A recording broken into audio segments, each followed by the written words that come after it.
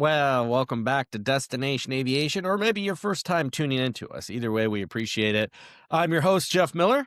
I know it's been a little while. It's been some time. The day job, maybe, it's just one of those things where there's a lot, the biplane stuff keeps me busy. Just trying to work through that. I think I had mentioned I've been training on a super decathlon. But everybody that's commented either sent me stuff through the platforms like TikTok. TikTok seems to be the platform that people communicate the most with me on, which is interesting because I did put a video out. And I've been really happy with Riverside, and I'm going on a lot of tangents here, so just bear with me because my brain works that way. But I went through a process with Riverside where they give you I'll get on LinkedIn and I'll see all those like things for people that are doing podcasts, because who isn't these days, right? Including yours truly.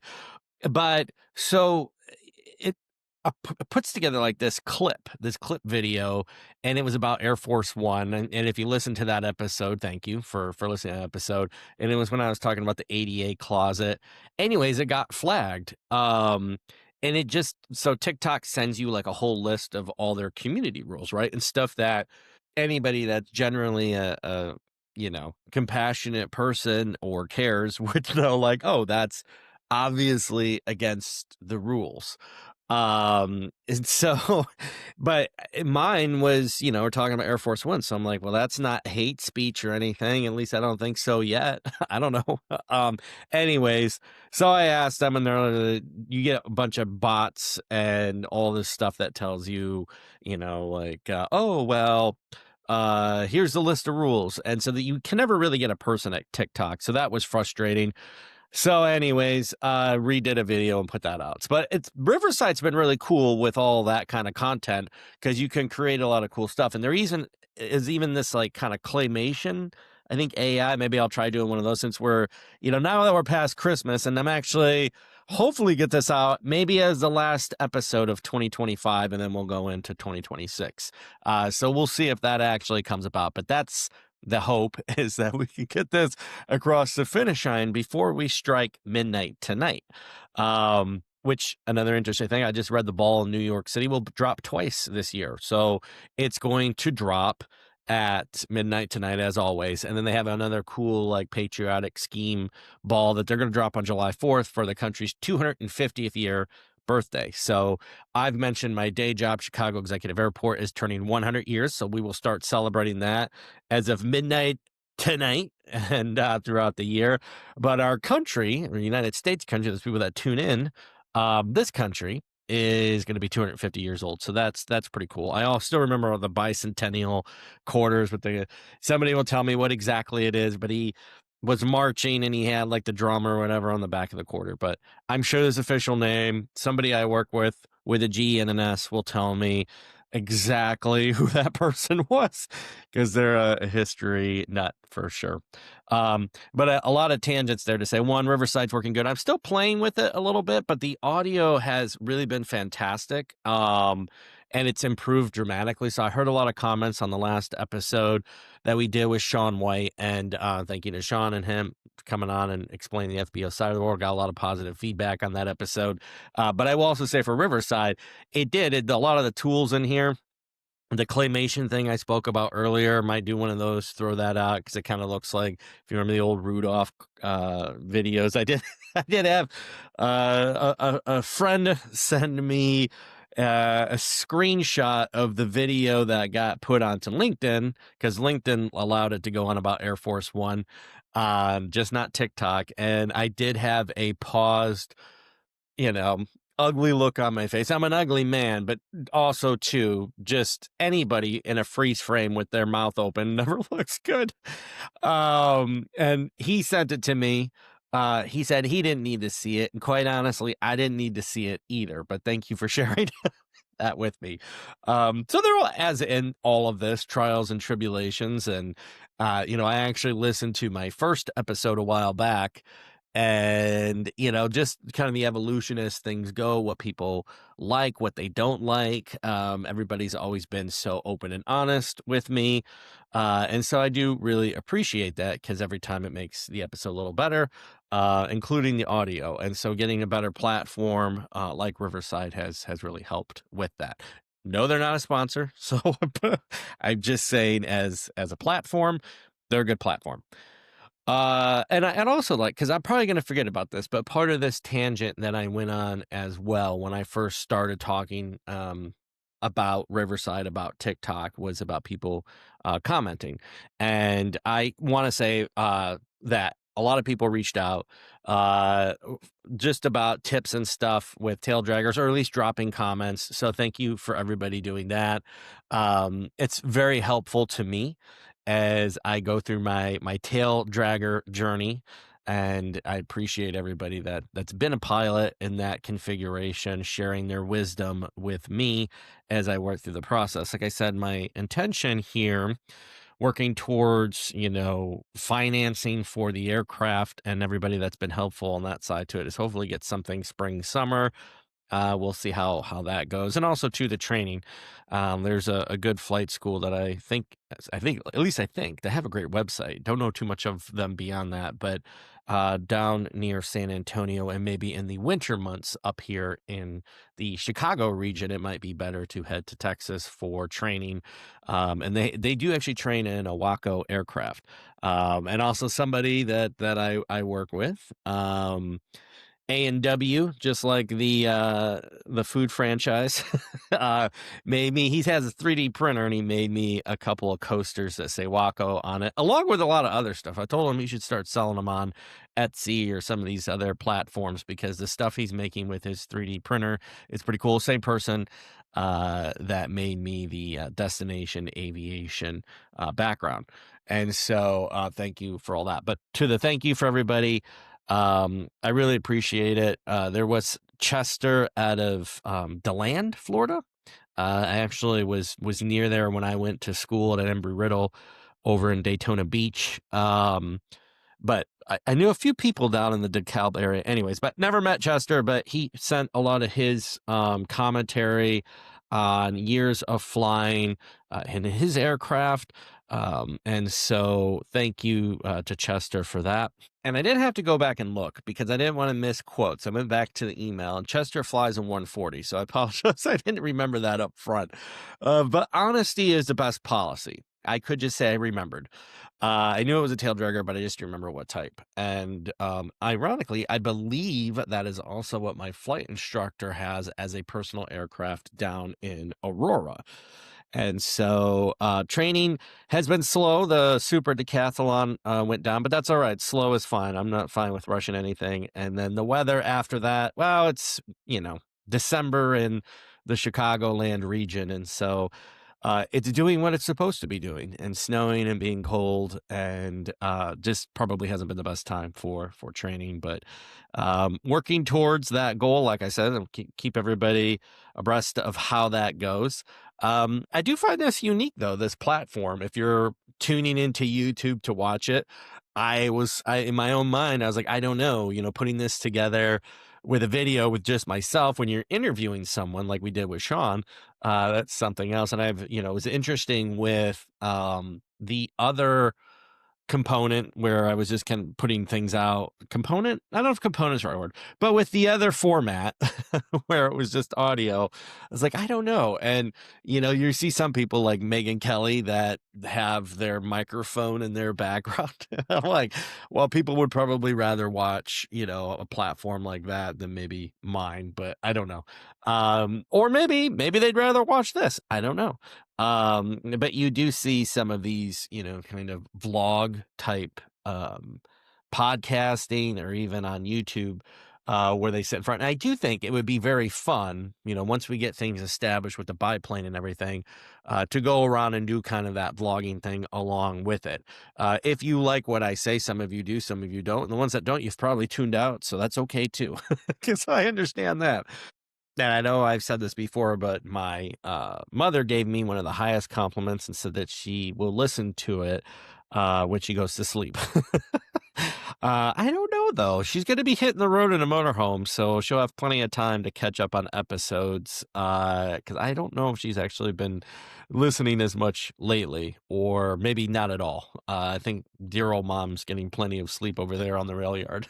But it's been a lot of fun. It's great to see the channel continue to grow, getting new tools in place, buying equipment, by equipment left and right. You can see the microphone if you're on YouTube peeking out from here. This is actually the original microphone. I'm going to hold it up. It's probably going to create a little bit of noise, but with this new platform on Riverside, it actually removes most of that, which is great. So it's a lot of fun. And I thought today, well, I'm going to finish one last thought on this whole vlogging thing, because people ask me here and there which podcasts either I like to listen to, and I now say we'll get into that maybe someday of all the totality of that. But there was somebody that used to watch, and I haven't watched him as much recently. I kind of fell off. But it was Adam the Woo on YouTube. And Adam went around and did a lot of vlogging. He unfortunately passed away in his home. I think this last week I saw something pop up on, some of the social media platforms. It's like, oh yeah, I forgot. But he was always seemed like a caring, kind person. And just out there telling stories and taking people along for it. Nothing real fancy about his channel, probably similar maybe to what I do here, which is probably some of the attraction I had to what he did. But just really seemed like a decent person going out and sharing his stories, his vlogging as he went across not only the country, but I guess international. Like I said, I kind of trailed off there over the last few years of what he was doing. But it seemed like at least the last few years of his life there, his channel had grown a lot and he was doing a lot of good things out there. So rest in peace. Thoughts to the families that are impacted and people that enjoyed watching his content along with mine. Which even today I was like thinking about it. I was like, it's snowed not too much, probably about 1.5 inches last night, but enough to shovel the driveway. And I do shovel my driveway. The neighbors often look at me like, why don't you have a snowblower? And I don't. I mean, in Chicago, I don't really think you need one. That's my personal opinion. And I like the exercise. I probably need it on. No, I do need it on many levels is to get out and either have, what do they call that? Widowmakers, but I'm not married. So I guess it would just be an inheritance heart attack in the driveway with the shovel. But I do have one of those ergonomic shovels. And if you're following along on YouTube right now, you can see me mimicking the shoveling. But yes, so rest in peace to Adam the Woo. And again, I just kind of wanted to say that because as it's on my mind about how we look at doing this podcast and recording and talking about all things aviation, I thought it might be at least an opportunity to talk a little bit about the other side to it, because it takes a lot of time to edit and put things together. And somebody asked me, like, you look like someone who doesn't do a lot of editing, and that is true. I typically don't. um I have listened to other aviation podcasts and they go something to the tune of, well, yes, actually, I saw that JetBlue bought 7 A321s and they have a quarter and a 6 down in the third market. I can't even say it properly, even when I'm trying to mimic it. But obviously, you can tell those people are reading from a script. And anybody that listens to this channel knows that I have no scripts. Maybe sometimes a detriment to myself, but also I don't really. I like to just see where conversation goes for the most part. But when I do a narrative episode, which is what I'm doing today, and beyond all the gargly goobly stuff I just said to you, there is actually a thought process to this episode. And what I really wanted to talk about today, so we're around the holidays, right? We're around what you know, seasons of giving and people being together and transportation, all things that are really bring families and friends together, maybe create arguments. Some of those happen around the holiday season, especially if you get on things like politics. But hopefully, everybody out there enjoyed their holiday breaks. As we go into 2026, it should be a fun year for all of us. And as we look at goals we want to accomplish in 2026, I typically am not the type of person that does resolutions. I figure, I'm just going to set myself up for failure with that. I will try to do things to better myself like everybody, but I do that at intervals when I feel like I want to, not necessarily a calendar date. I feel like that's a recipe for failure for me. Maybe not others, but for me. So anyways, one of the things with the new year is like, I really got to get out and do a narrative because people have been asking for something. But then you have to start thinking about, okay, what could possibly be a good topic? And I started thinking about some of the past interviews that we have had on this show. And I think about maybe some of the animosity that exists sometimes, not all the time, but sometimes, either between different groups within aviation, people that use different segments of aviation, people that aren't a part of aviation and maybe don't like it. Um, and so as I was thinking about all of those thoughts and factors, one thing that really started to resonate with me was, okay, airports, which is weird, right? Why would airports come to my mind? I don't know. I'm trying to think of what the parallel would be there. But, I read an article this week about Santa Monica Airport, and the Santa Monica Airport is probably going to close in 2028. There was an agreement reached between the city of Santa Monica and the FAA to close that airport in 2018, I believe, 2017, 2018, right around there. And so it will be it's going to be an interesting example potentially of airports, and that episode with AOPA that I had with Kyle Lewis, and thank you again to Kyle for coming on the show. I got a lot of flack for supporting ADSB not being used for fee collection for aircraft's landing. And so ADSB, and I should say this because I do think, it's one of those things on our channel that maybe not everybody knows. It's Automatic Dependent Surveillance Broadcast. I always, I know it's about broadcasting, but the acronym for some reason is always escaping me. But basically, the general concept behind ADSB is it tells the aircraft your position you're in, air traffic controllers. And so it's a kind of a safety thing. I've talked about ForeFlight. I fly with that situational awareness. It lets you and other pilots know where you are. Big fan of it. But AOPA, who we had on, as I mentioned, they feel that it shouldn't be used to charge. Like I said, I'm not there with the sense that it wasn't all.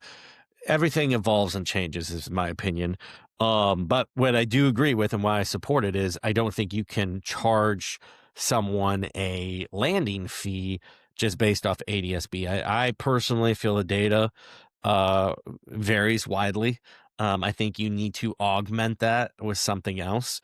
And I also will say, and this is the first thing I'll admit, I think that there's bad actors on every side, and I think that some communities use fees to keep aircraft away from their airports, which I do support the aviation system. I also support trying to find, a method where everybody is working cohesively together. And it's not lost on me the complaints that come along with an airport being just an existence down the road. But that's the same with any industry or business.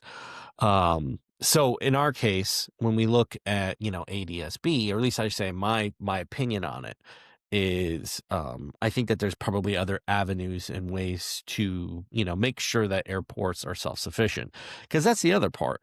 The majority of general aviation airports are not self-sufficient. And I know I've mentioned that in the past, about airports not being self-sufficient. And the Government Accountability Office, as Senator Buds from North Carolina's amendment into FAA reauthorization required, transparency and looking at mostly fixed base operators, which if you listen to the Sean White episode, you have a better understanding of what a fixed base operator is. And we talked a little bit about that in that episode. However, when you start looking at what is not, you know, maybe not my backyard syndrome, I think, right? Or not my problem.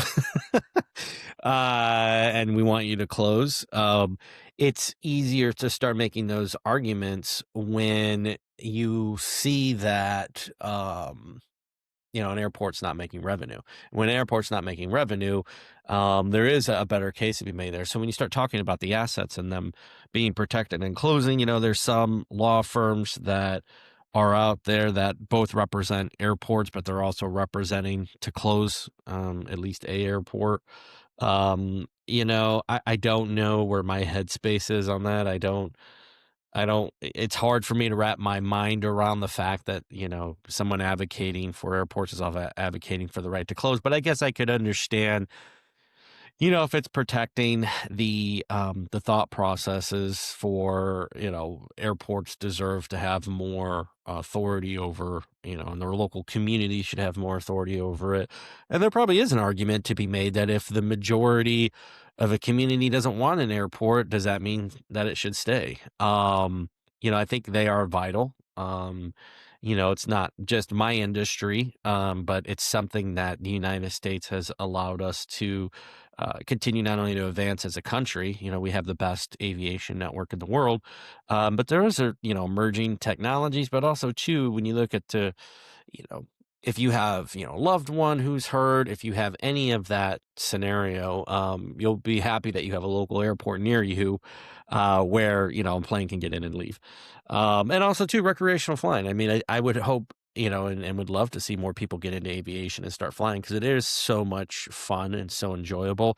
And so looking at ways to make it more obtainable and get more usage out of the airports, I would hope things start to go that way. But again, when you start seeing the warning signs out there on either spectrum here, right? It is. As I would talk to people, it's like that. I'm not a robot, and I can agree with some of the components of what AOPA is stating here with ADSB and technology behind it. And so, anyways, where I'm going with that is we're talking about airports. I thought what would be cool, and I was watching some old movies around the Christmas period, and I started thinking of Ghosts of Christmas Past, and maybe we could talk about some of those airports that we no longer have that have been lost to history. Where I live, there's several around, and then maybe talk a little bit about just some of the components of airports and history behind airports, and where they're going, where they are. We've had some really neat episodes in the past, but maybe just focusing on some of those airports that are no longer in existence could be fun. So we're going to start off here with a larger commercial service airport. Commercial service, as we remember, being those United American Delta type of flight operations for those that aren't in aviation. And I thought it might be cool, since we are doing some of this on YouTube, to make this part of dead air as I figure out how to do this on our new platform. We're gonna go to this and we're gonna share. And hey, look at sharing. Okay, so if you're following along on YouTube, you can see a aerial shot from Google Maps of where this airport used to be, and now it looks like there's a Central Park. The air traffic control tower is still in existence. And I will say, I went to a American Association of Airport Executives conference there a few years ago. And after I realized the tower was still in existence from this airport, I was like, wait a minute, why didn't they have an event there? They're smart people over at AAA, so I'm sure they thought of it. Maybe there was a conflict, but that would have been a cool place for an event. But it used to be. Now it's all homes. It looks like, what do we got in there? King Shoppers. It's off of Martin Luther King Jr. Boulevard. For those that are following along in audio, I'll give you a couple of hints. It was in a city center. It moved out around 1995, I believe. So it just celebrated 30 years of being closed. Moved outside of town. There's a rail that runs into town now. Their local baseball team invented the Blue Moon beer. I'll pause for dramatic effect if you haven't guessed what it is. But if you've seen the movie The Shining, and you know when, was it Danny? Danny calls back. Oh shoot, I can't remember his name, but the cook that was at the resort, he flies into this airport, which you've probably guessed now from the movie The Shining. It is Stapleton Airport, which was closed in 1995 and moved outside of the city. Now, ironically, a lot of businesses have moved out by the airport because the airport attracts businesses, attracts people around it, and then eventually they start to complain. At least some of them, a small portion, complain about the existence of the airport. Again, not necessarily saying, things can annoy all of us. So I get it. Never blame anybody that complains about it. Just trying to find a better way collectively to move forward. But I'll get off my soapbox with that one for now. But as we look at the aerial here, we look at Stapleton, talk a little bit about what Stapleton Airport was. Okay, so where we left off, or where you left off with me, my new platforms, it's probably operator error, trying to figure out how to navigate between certain things. I was used to the old way, so I knew what to do. I'll get used to this way. Force yourself. What do they say? Something will become a habit if you continuously do it for 21 days, is it? So we're going to try to do this. Eventually, it will be nice and smooth. What I would like to do, though, here is pull up a screen share for those of you that are following along on YouTube of some really cool photos of Stapleton Airport, and some of the, time through history there. And we'll talk a little bit about the history of Stapleton Airport as our first airport of Ghost of Christmas Past airports, New Year's, who knows, throw it all in there. I once had a cameo done for me from somebody else with John Rassenberger from Cheers. And he obviously didn't take any time to really understand anything the person wrote. And he did it like within a couple minutes on his couch. No first take. And at the end of it, it was during COVID. And he's just like, well, happy COVID-19, or, whatever you got going on. Like, okay, thank you, John Ratzenberger. But I digress. Let's talk about Stapleton Airport, because we were talking about aviation. All right, if you're following along on YouTube, you can see Getty Images. They have some really cool images of Stapleton Airport here. So Stapleton Airport was actually named after a mayor, right? Look at that. That's a lot of times you see, right? Somebody that's influential, usually within the community, the airport's named after. Unfortunately, as many things in that time period, there actually was a park where Stapleton Airport used to stand, and until 2020, the Stapleton Airport, or should I say, this Stapleton Park, that where the airport used to sit, was renamed because of ties to the Ku Klux Klan. So it was renamed Central Park in 2021. So 2020, the discussion started. 2021, everything started to happen with the kind of history and the renaming of the park where Stapleton Airport used to stand. But we talked a little bit about 1929 when it opened, and I'll try to scroll through some of the photos while I'm discussing here. So we talked about the airport closing, and I'll go back to the screen share on this. And some of the pictures online are not only of history of the airport, which is cool, but they also put in some pictures of the homes that were built in the spot where the airport used to be. So they actually got photos during that time period of homes that probably where the runway, the taxiways, the ramp used to be. So why was it named Stapleton? We talked a little bit about it, but the mayor of Denver for 5 non-consecutive terms between 1923 and 1947, not unheard of in a mayoral situation. We have had 2 presidents that have done that. Donald Trump is one of them. Oh boy, this is going to be tough on me. I want to say Grover Cleveland maybe was the other president. Let's Let's take a look while we're all talking here. If he was a non-consecutive terms, I think it was famous his wife had said, oh yes, it was Grover Cleveland. Look at that. All right. He's a husky man, much like me. Mr. Grover Cleveland. He served non-consecutive terms in the White House, which I think his wife, so the first lady, had said, don't change the drapes because we'll be back in 4 years. And they were. 1889 was when his first term ended, and his second term started in 1893. So there you go. Now him and Donald Trump. So two presidents in history. But we're talking about Benjamin Stapleton, and he served non-consecutive terms as the mayor of Denver. And so why was it named after that? Well, we talked a little bit about it. He was mayor. That's typically what you see in namings, or someone who was influential in the area, maybe not even necessarily influential with the airport. Stapleton strongly supported aviation and pushed for Denver to have a modern municipal airport. So in this case, he was pushing for aviation.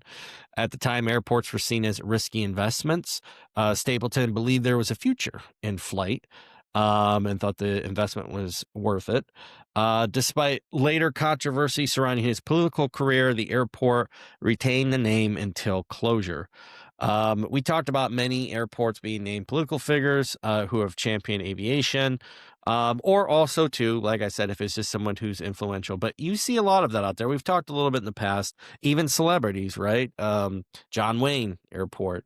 It seems like that, along with everything on the history side, has at least shifted for the moment, where there hasn't been a huge renaming, but there was a lot of push to rename a lot of these airports. As a matter of fact, right now the Memphis International Airport is going to rename its name after the FedEx founder, who recently passed away, and I'll pull that up for you now because I don't remember what his name is. Frederick Smith. So they're actually seeking approval right now to rename the Memphis airport the Frederick W. Smith Airport, which, I mean, if you think about Memphis Airport and what it means to that community, FedEx is probably the airport. But back to Stapleton. I love to go on tangents. What does our president call it? The weave. I don't think I probably weave as much, but I do tend. It's actually interesting. I'm going to go on a small tangent here right before we get back to Stapleton. Is I have noticed when I do run some of my speech pattern through ChatGPT, I can notice now it's something an instructor was never able to tell me. English is my only language. I wish I knew more, but it's my only language, and I'm not even very proficient at that, as you can tell. But um I would struggle with that, but I can tell through writing that I tend to jump back and forth with my writing patterns. And so AI has actually helped me be a better writer, because now I can kind of condense my thoughts and structure it in a way that I'm not jumping back and forth. But why did Stapleton close? It closed, it outgrew itself, which you do hear that a lot. You look at some airports like Midway here in Chicago, where you can tell it's just completely landlocked. There's no space around Midway at all. And so in this case, one of the growing factors to move the airport was to get more land. It was a landlocked location. I showed earlier, if you're following along on YouTube, like many airports, surrounded by a growing neighborhood, no room to add runways or expand terminals. London Heathrow has been going through this for a long time. They want to add a third runway, but that takes out a lot of communities near the Heathrow airport. So that continues to play out as we read in the articles, but not really unknown, right? This is stuff that happens quite a bit around airports. Runway layout problems. They had, what a lot of airports did back then, intersecting runways, which a lot of airports still have, but closely spaced, probably couldn't do things like dual operations like you see at San Francisco Airport, where you have a parallel aircraft landing at the same time. Noise complaints, jet aircraft increased dramatically in the 70s and 80s. Residential encroachment led to major noise issues. Capacity limits. Stapleton Airport became the busiest, one of the busiest, I should say, airports by the late 1980s, going into the 1990s. Delays were common at the airport. And so they built an airport 23 miles east with massive land, parallel runways, future expansion capability. It's funny because when I might have mentioned this before, but when last time I was flying into Colorado and I was visiting my brother, I actually felt like the plane, I was on United, like you could get that feeling like like when you almost get to a stall. But kudos to the pilot. I'm sure it wasn't that. It's just how it fell in the back. But it was such like a long, slow, sunny day approach into Denver International Airport. But it was cool to see. Now I did map this out on Google. It says 25 minutes to the east, which is probably as the crow flies. But the other part to it is it's also the other part, I should say, 23 minutes by car, at least right now in good traffic. I've had people land at our airport. On a good day, we could be about 35 to 39 minutes to Chicago. On a bad day, we can be an hour and a half. And sometimes people come in either on a bad day or they come in during rush hour, which is great for a transportation system. And I haven't taken the train out of Denver International Airport into town, but everybody that does tells me it's great. The next time I go there, I'm going to try to get on that. And it's relatively cheap too. I think it's just up on the top floor, and I don't know the schedule, but people tell me it runs pretty frequently. I know the train from O'Hare to downtown, at even the most, it's like a 12 to 15-minute wait. They have trains running all day long. So that seems probably like a good way. If you land at the Denver International Airport, don't be like Jeff Miller and go get an Uber and Lyft and spend 45, 50, 60 bucks. Go up to the top floor, wait for the train, get on the train, spend, I don't know, 5, 6, 7 bucks, whatever it is. You can look it up. I heard it was cheap. So the entire airport was demolished except for what we talked about, the air traffic control tower. The site was redeveloped into the Stapleton neighborhood, which is now called Central Park. Former runways are now streets, parks, housing development. If you look at aerial maps, you can see street layouts that follow old runway alignments. That's pretty cool. If you get on and look, you can see so much history and photos online, incidents that happened at the airport, loved ones coming in and embracing one another, cool things that happen at airports, tragic things that happen at airports. But there's a ton of history that you can find online when you look at Stapleton. We talked about United being a hub. United is still a hub in Denver. And as I talked about or alluded to earlier, continues to be something that is always a question mark whether United will actually hub there rather than Chicago. Like many airports during World War II, Stapleton hosted military training flights, aircraft modification. Weather challenges are kind of this, right? It's the same whether you're at the new airport, you're at Stapleton. Weather is weather in Colorado. It was one of the first early adopters of radar-based air traffic control. It played a role in high altitude jet operation due to Denver's overall elevation. We talked about, where it has, been seen in the movies. A lot of cool stuff, for, us history buffs and aviation nerds, that we go, look at. But Stapleton, didn't close because it failed. It just outgrew its location. So in many ways, it was kind of a victim of its own success. So it's cool. In a way that we could talk about something that was, and then they repurposed it. And there's a lot of these conversations about airports moving, but the reality is airports are going to have a hard time getting built anywhere in the United States. That's why you don't really see them popping up every day. You look at this example of a commercial service airport, and I could be wrong here. But let's see. I think if it's not the last to move, it might be one of the last, because you typically don't see them move too much. And with the power of the internet, yes, now we know. And it's a state that I had been in. I was an airport director in Texas. And how could I forget Austin, Texas. The Austin Bergstrom International Airport opened in 1999. The Robert Mueller Municipal Airport closed in 1999. So after our 1995 reopening or moving of the Denver International Airport. And you've heard so much about Austin expanding, them having to build out. I know Austin's probably cooled off a little bit from what I understand. But yes, so Austin Airport is also on the list of an airport that moved. But let's not talk about just all commercial service airports.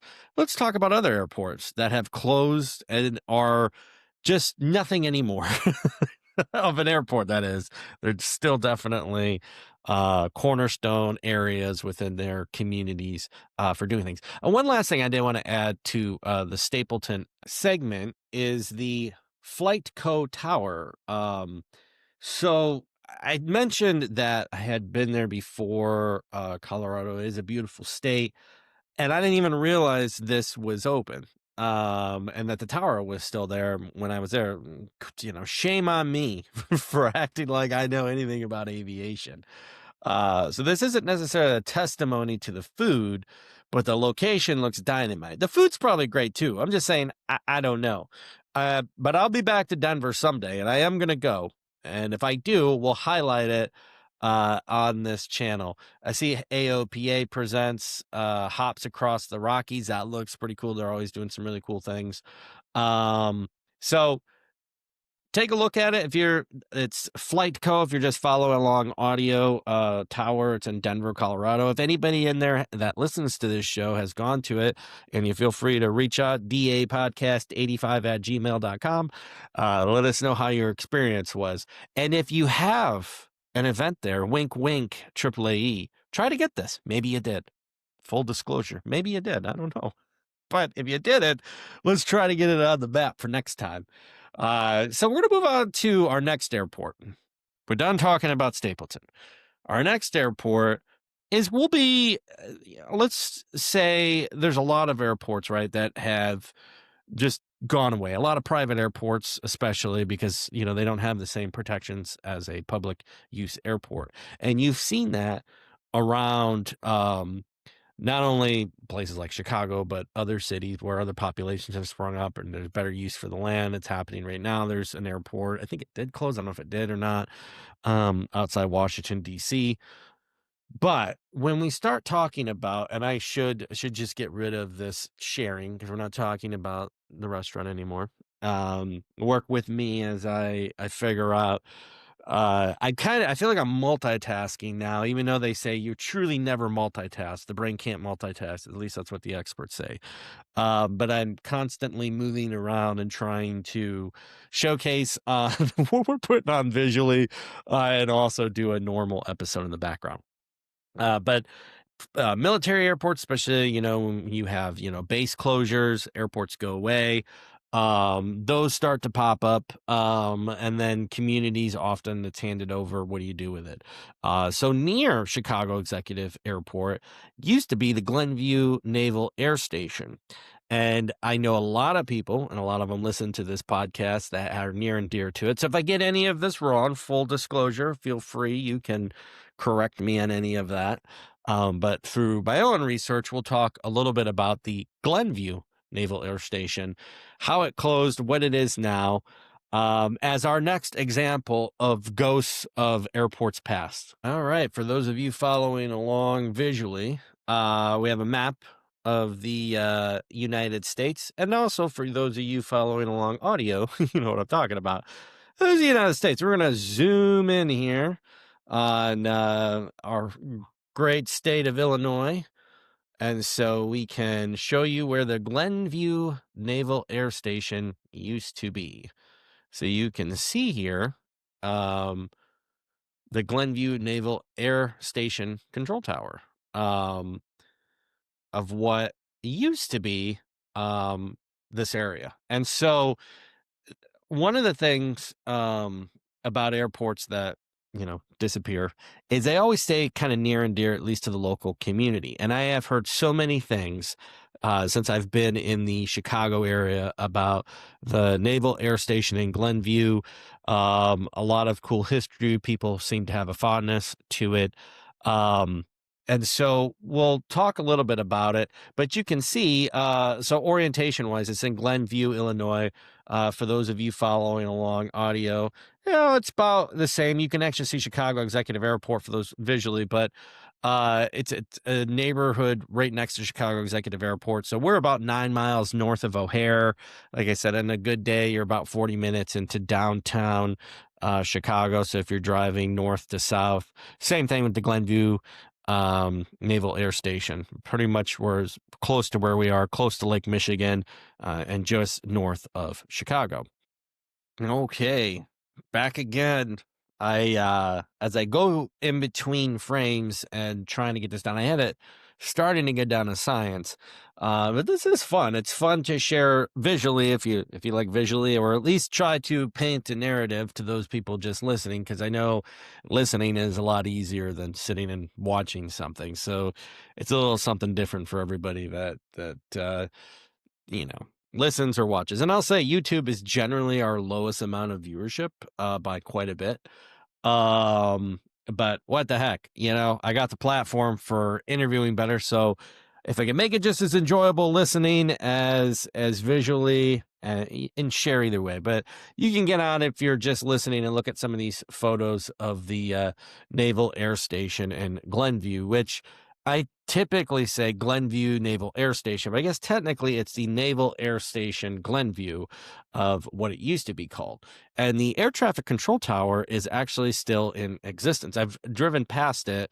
I actually don't know if you can go in it. There used to be a museum there. Unfortunately, that closed this year. That would preserve the history of what the Naval Air Station of Glenview used to be. So I'll try to move it along if you're watching, and then really just talk more about what the Naval Air Station of Glenview was. And so it was from airfield really to a community landmark now for Glenview. The Naval Air Station Glenview has a rich history of U.S. military aviation and the transformation of American landscape across the 20th centuries. The early beginnings, Curtis Field. So shortly, the story begins before the military involvement. So Chicago Executive Airport at the time, everybody will say, yeah, you mean Pewaukee. And if you say that, you just have to remember the original name of Chicago Executive Airport, because it wasn't Pewaukee. That was the middle name. The first name of Chicago Executive Airport was Curtis Flying Field. That's not right.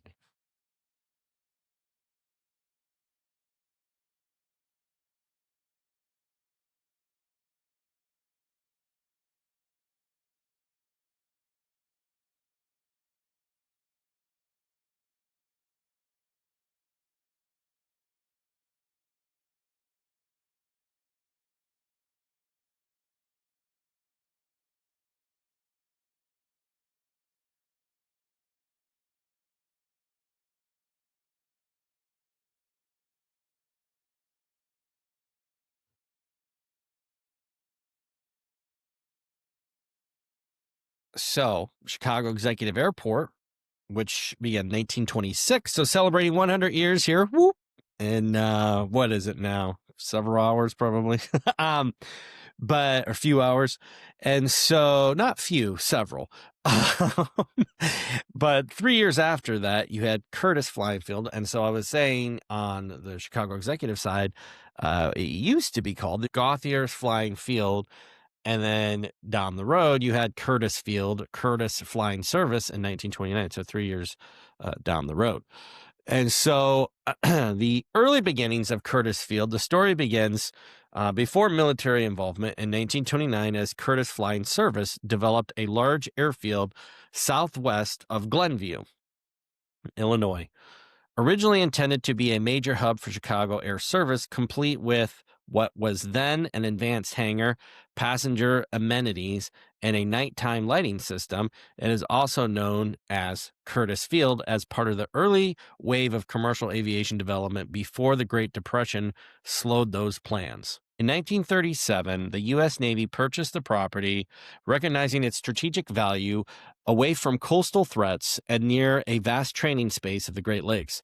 What had been a private airfield quickly transformed into a major naval aviation facility, which reminds me, if you go back and listen to the episode that we had with Mr. Mark Fava, when he was a loop to the admiral in the Navy, and they used to go up to Wisconsin and watch the ships kind of cast into Lake Michigan, how much the Great Lakes have importance when it comes to military might, military industrial complex development.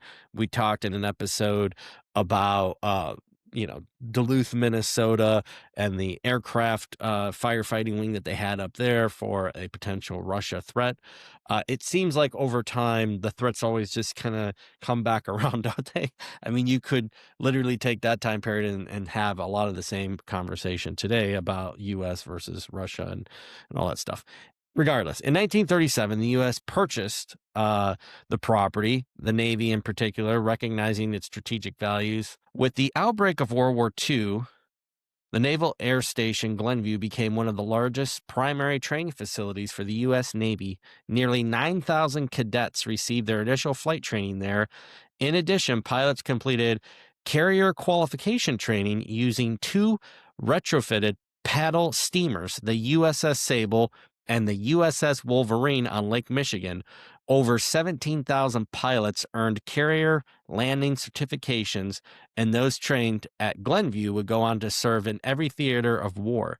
I mean, I've heard people talk about this in Chicago before, but just to think about the fact that there were artificial aircraft carriers in Lake Michigan that served for training, I mean, it's so cool, the history that's wrapped around that with both the USS Sable and the USS Wolverine. The base swelled in size and importance, originally a modest reserve facility with a handful of personnel. By 1943, the Naval Air Station of Glenview had 3,500 enlisted men, 1,000 cadets, and 300 officers. It also hosted WAVES, Women Accepted for Voluntary Emergency Service, integrating women into support and aviation roles. In 1944, the facility was formally renamed the Naval Air Station Glenview. After World War II, it shifted from a primary flight training to a Naval Air Reserve and Marine Reserve Training Center, becoming the headquarters for reserve aviation training units by 1946 to 1951. Reservists stationed there provided support during significant Cold War events, including the 1962 Cuban Missile Crisis, and the base continued to play a strategic role in reserve readiness in the late 20th century. In the early 1970s, the station was annexed into the village of Glenview and even served as an arrival point for U.S. prisoners that were returning from Vietnam in 1973. So many things about the Naval Air Station that I personally didn't know about, but what a rich history that it has. The base realignment and closure process in 1993, the Naval Air Station of Glenview was slated for closure. A closure ceremony was held on September 9th, 1985. So again, the same year that Stapleton moved out, closed, and the station was officially decommissioned on September 30th, 1995, ending nearly 6 decades of military aviation activity. And when you just think about the importance of Illinois to aviation history, especially when it comes to war time and World War II and getting pilots trained in Lake Michigan, it definitely was a pillar and a cornerstone in that. And it always is so cool to see the state that you're in having such, a rich history in the field that you're in. And, again, the thing I love about this podcast is things that I didn't even know about the Glenview the Naval Air Station of Glenview, or Naval Air Station Glenview, I guess, right? Now, things that I learned, get the name right, Jeff. That's what you learned. um, but it's so cool getting a chance to look into those things and, be able to have better knowledge. Because now when people ask me, I'll be like, hold the phone, Naval Air Station Glenview. Don't even put it of in there. But from the runways to the Glen, which is what it's referred to now, once closed, the challenge shifted to repurposing over 1,100 acres of prime real estate in the heart of the village, land that had comprised about 15% of the total town's area. Rather than leave the sprawling base vacant, the village of Glenview took on redevelopment, which this is also a point of, I'd say, contention, maybe not contention is not the correct word there, but if it were able to service as an airport, it probably, not only would kick any butt probably of the airports in the area. I mean, it had such a vast, location to do this. But you become a public use airport, those things that maybe people don't like about the protections along it. And selfishly, it also gave, Chicago Executive Airport an opportunity to have more of a presence and thrive, in the sense that if this did become a public use airport, it would have definitely been a competitor to it. But you hate to see good airports go away, and this was a really good airport. Like I said, if you're following along and looking at some of the photos online, just some really cool, rich history. And if you're just listening to this, get online and search along and find some of the photos. But there's a lot of cool things in there. However, I will say Glenview did put a lot of money into purposing this area into a mixed use district featuring residential neighborhoods, retail and office spaces, park recreational areas, trails and green space, golf course where the runways once laid. And I've been over there too. They have, I think it's called Hangar One Restaurant, and they have some images and stuff up on the wall. I've been over there for a couple events, women in aviation. But yeah, a lot of cool, at least history. Like I said, it's unfortunate this year the museum closed. I kicked myself for not getting over there and actually seeing what they were showcasing. It's one of those things. Again, get out and see any of the museums you have your local history, because you never know when they're going to be gone. I didn't know. The same person that reached out to me about my ugly mug being in their email box was the one that told me that it closed. And through the research here, yes, it is closed, but the museum, that is, unfortunately. So what Glenview looks at it now is what they say a successful military base reuse. And if you go over there, there's statues. You can see, like I said, the old air traffic control tower. The Naval Air Station Glenview had such an important role, not only shaping aviators, but aviators in a combat time, aviators that, had to do some really unique, I would say at the time, unorthodox flying. And unorthodox flying for this now, how many people land on an aircraft carrier? I mean, I watch the videos, I'm sure, as anybody online, and kudos to everybody that accomplishes that. So a history here for us, a history close by for me, which is cool. But if you find yourself in the Chicago region, go stroll by, get a sandwich at Hangar One, maybe go check out the air traffic control tower and some of what used to be one of the premier naval air station, Glenview, in our country. But they did a lot of cool things there. Okay, so we're gonna shift over now to our last airport. And let's see here. Do I even know what it is yet? I think I do know what it is. I don't know if you know what it is, but I know what it is. Well, we're going to get on to our last airport here, but for those of you that are watching along with me on YouTube, or looking at me, probably is what I should say, you're probably like, wait a second, he's in a sweater and there's a light on now and it's shining off his bald head. Well, yes, that's all true. But no, this one's on Riverside. I recorded everything for this last part of this episode with the last airport, and I was doing screen sharing, and none of the screen sharing came through. And so it was just me talking about what was on the screen, which is fine because I'm describing it to all of you that are listening, so you don't have to look at it. But Anyways, the ones that are watching it, it's just a blank screen. So I had to record it. It's been a few hours now. It's getting closer to midnight. And I had to throw on a sweater because it's getting cold. But and then I started re-recording and I forgot to pull my microphone over. So look at me, I'm all flustered. All right. So we have a globe up of the United States, and actually say a globe of Earth. And so we know our last airport is on Earth. That much we know. But it is an airport in California. It is north of a very large hub commercial service airport with a famous Arch X design. And you're probably starting to guess that airport just referenced that they are doing a very large renovation, probably much needed renovation on their terminal. And if I stop being so geographically challenged here for those of you watching along, you'll see that I'm zooming in on Los Angeles. And then you're starting to say to yourself, well, wait a second. I don't know of any airports that are actually closing, or did close, I should say, up north. And you're right. As we started the Ghost of Christmas Past stuff, we talked about airports that are closed. But if I remember right from that Donald Duck movie, there also was Ghosts of Christmas Presents. in the moment. Yes, I know there's an actual movie, but I'm kind of not sophisticated enough for that. So I watched the Donald Duck version. But Santa Monica Airport is the airport we're referencing. We talked about it earlier. And I think it's probably a good point to bring up as we close out this episode to talk about aviation and maybe some of the threats to it. So we have Santa Monica to the north. We talked about LAX and their remodel.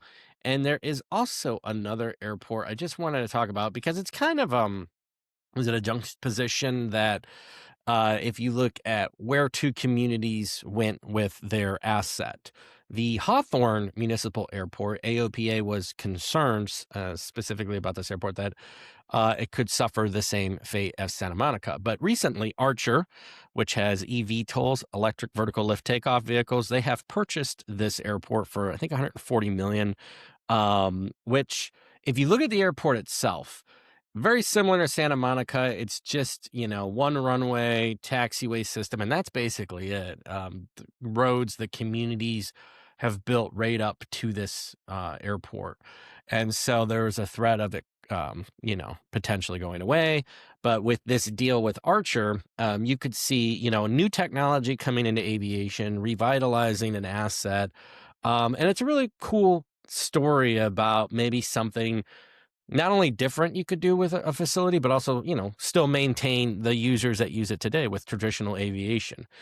So this is, again, a cool story because it's just to the south, unfortunately, of what is probably going to happen in 2028 to the north. So if you haven't flown into the Santa Monica airport, you still have about 2 years to do that. And so we'll talk a little bit about Santa Monica, just the history of it, so people know what Santa Monica is. And let's hope that this time around we don't lose this whole recording. So with the folks that are on YouTube, I'll try to scan some of the terminal photos like what we've done with the others in the past. If I can see it, there we go. It's moving along. All right. Well, we talk about Santa Monica Airport, but those of you that know it, if you're listening, you can always go Google it if you're not watching it directly.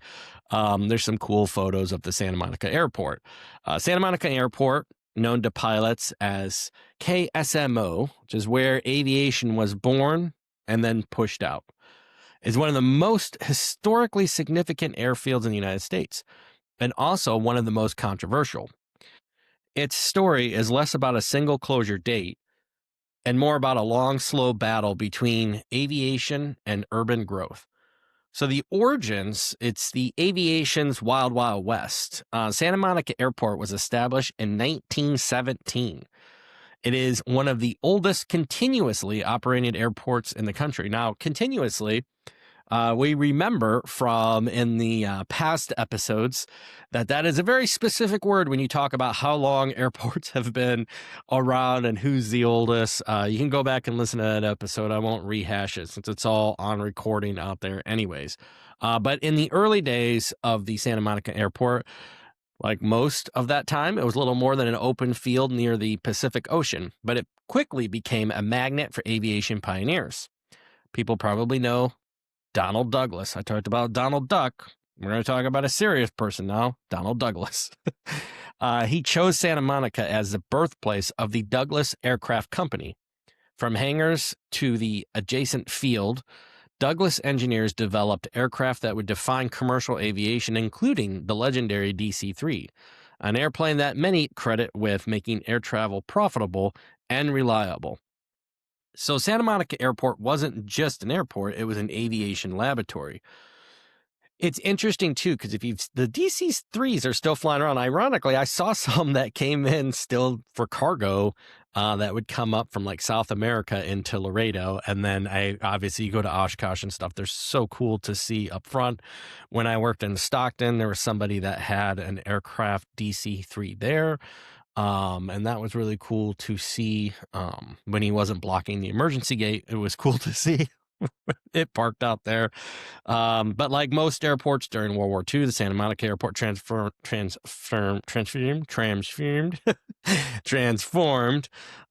into a massive wartime production hub. Douglas Aircraft churned out military aircraft around the clock, employing tens of thousands of workers. The airport became a critical node in America's war machine, supporting bombers and transport aircraft that would fly both in European and Pacific theaters. At its wartime peak, and the surrounding area was dominated by factories, flight lines, test flights. It's a stark contrast from the beachfront city that exists today. So, aircraft nowadays are getting quieter. It's a requirement by the FAA. Each generation gets quieter. But from going from a DC-3 to the jet age, there was a power shift, jet noise, and neighbors. What once had been open land became prime Southern California real estate. Homes, schools, businesses, everything moved closer to the airport. And of course, noise complaints and safety concerns increased as well. As aviation technology advanced, aircraft became faster and louder, and the airport increasingly found itself at odds with the surrounding community. And unlike LAX, Santa Monica lacked room to expand or buffer itself from encroaching development. Few airports have spent more time in court than Santa Monica. For decades, the city of Santa Monica and the FAA clashed over who ultimately controlled the airport's fate. The city argued it should be allowed to close the airport for safety and quality of life reasons. The FAA countered that the federal obligations tied to the airport funding required Santa Monica to remain open. The legal tug of war dragged on for years, making KSMO a symbol of national struggle between local control and federal aviation policy. Runway shortening, we talked about a little bit of this before. In 2017, the city shortened the runway from 4,973 feet to 3,500 feet, eliminating most business jet operations. The single change dramatically altered the airport's role, pushing out larger aircraft and accelerating its decline as a regional reliever. It is true, runway length is kind of king when it comes to aircraft that an airport can serve. Not even necessarily because of the aircraft characteristics. Obviously, that is a big major component. But, even if an aircraft can go on it, there's insurance requirements, company requirements. And so that is a limiting factor for the airport. General aviation continued, but the message was clear. Santa Monica's airport's days were numbered, which is true. You start doing things like shortening runways and stuff, it's probably a sign that the facility is on the sights for closure. Under a settlement agreement between the FAA and the Santa Monica Airport, a schedule closed permanently by the end of 2028. When it does, the land is planned to be redeveloped into parks and community spaces, erasing the physical footprint of one of the most important aviation sites in history. For pilots, historians, and aviation enthusiasts, the closure represents more than a loss of a runway. It marks the disappearance of a place where the DC-3 was born, Military aviation scaled for global war. Generations of pilots learned to fly. General aviation fought and ultimately lost a cultural and political battle. Why Santa Monica matters? And I've talked about this a little bit in the past. Santa Monica Airport isn't just a story about the past. As cities grow, Santa Monica stands as a case study of what happens when aviation heritage collides with urban reality. Its closure raises uncomfortable questions. How many historical airports will follow? Can general aviation survive inside major cities? What do we do if we lose these runways and these facilities, especially with things that are emerging that potentially give more people access to the airports? When the last airplane lifts off from Santa Monica, it won't just be the end of an airport. It will be the closing of a chapter of a place where modern aviation truly took flight. And it is, y- I understand a lot of the thought for communities and they should have the right, potentially to close their airports. We see this happening in Boulder, Colorado. Um, but the problem is if it all goes away, what does that mean for, the United States as a country, and other countries? Europe is even, more critical on aviation. And it's true that there are people that use the system for leisure. I don't think that there's necessarily wrong with that. You could say the same thing about somebody who rides a motorcycle down a highway. Is the highway meant for a place of recreation, or is it meant for a place for business? If that's the case, then, it should just be all semi trucks and people that officially are on business. Like I get the perspective of some of it. I also get the perspective of communities wanting to control their own destiny. But for the most part, airports are not even a thought for the general society. It's not. I deal with that a lot. I've dealt with it most of my career. And you hear from a very small percentage around an airport, but usually a vocal percentage. And so hopefully, and I've said this about our industry, because a lot of our advocacy groups tend to fight at certain times, especially when FAA reauthorization comes around. And I feel like there's enough targets on the industry from outside of it that it would be nice if we could put that aside and really work together where we have commonalities. I mean, there will always be areas where we disagree. That's true. I mean, all of us do. Everybody disagrees with me. And you're disagreeing with what I'm saying right now, probably. Some of you are.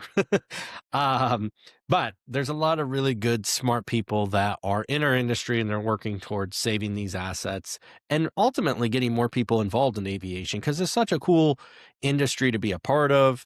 There, at least at this moment in time, there's good salaries for people who want to be pilots, but just doing something recreational and bonding with people, it's such a cool industry for that. So that was our last airport for our episode, and probably more of a cautionary tale of airports that may disappear.